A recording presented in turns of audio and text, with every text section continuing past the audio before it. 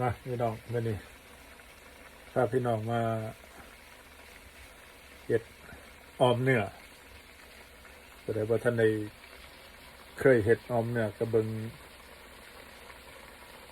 ตามวิดีโอมื่อนี้ก็พอสิเข้าใจเอาไปเริ่มเบิ่งว่ามีหยังเครื่องประกอบของออมเนื้ออันดับแรกเขากับมาขัวเนื้อให้มันอ่อนก่อนให้มันบ่หยาบมันบ่เนื้อขัวให้มันนั่นได้จังน้อยทางเป็นไฟเดี๋ยวจะมาเบิ่งอันนี้มีพวก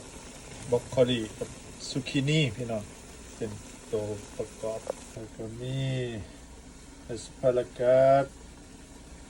อันนี้ก็เป็นพืชที่ให้พลังงานหลายอันนี้ก็มีเห็ดมีเห็ดหูหนูแล้วก็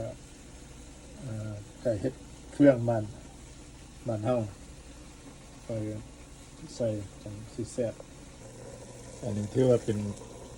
ของแซ่บไว้เนี่ย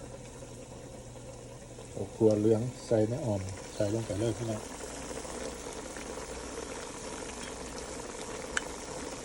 เอาใส่แล้วจะค้นให้เขาเบื่อหรือให้เขาครัวเหลืองเฮาเนี่ยมันสุกก่อนอย่ามันติดหมอตื่นน้ำจังเลยตื่นน้ำหน่อยพี่น้องเนื้อมันอ่อนได้ทีแล้วก็ใส่ลงไปเลยซุปชุดนี้บรอกโคลีแอสพารากัสใส่ลงไปเลยที่เด็ดก็คือเห็ดหูหนูแล้วก็เห็ดก็